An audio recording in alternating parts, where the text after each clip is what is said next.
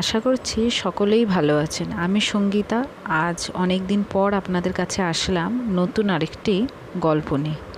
গল্পটি হচ্ছে, আমি জানতাম তুমি আসবে। ছেলেবেলার দুই বন্ধু একসঙ্গে স্কুল কলেজের পড়া শেষ করার পর তারা একই সঙ্গে সৈন্যদলে যোগ দেয়। যুদ্ধ শুরু হয়। তারা দুজনেই একই সঙ্গে লড়াই করছিল। একদিন তাদের ইউনিট অতর্কিত আক্রমণের মুখে পড়ে যায়। অন্ধকারে চারিদিকে বুলেট বৃষ্টি শুরু হয়। এমন সময় অন্ধকার ভেদ করে একটি স্বর শোনা গেল, হ্যারি, আমাকে সাহায্য কর। এটি হ্যারির ছেলেবেলার বন্ধু বিলের গলা।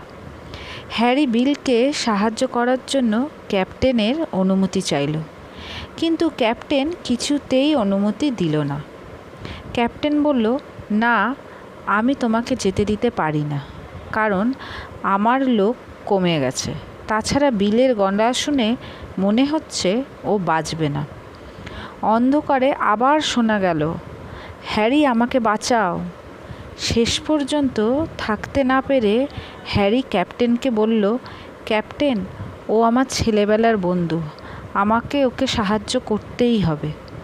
ক্যাপ্টেন অনিচ্ছা সত্ত্বেও অনুমতি দিতে হ্যারি বুকে হেঁটে অন্ধকারে বিলের কাছে পৌঁছলো এবং টেনে তাকে ট্রেঞ্চে নিয়ে এলো।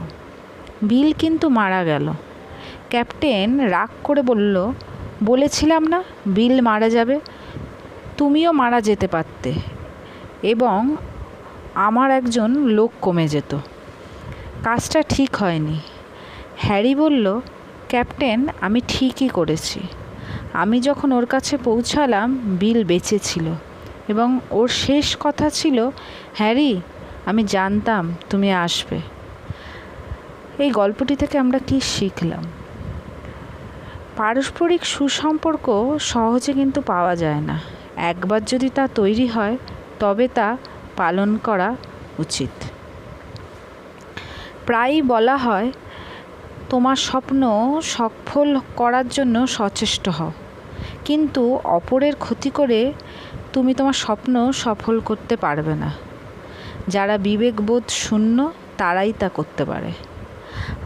আমাদের পরিবার, বন্ধু এবং যারা আমাদের ভালোবাসে ও আমাদের উপর নির্ভর করে, তাদের জন্য আমাদের ত্যাগ স্বীকার করতে হয়।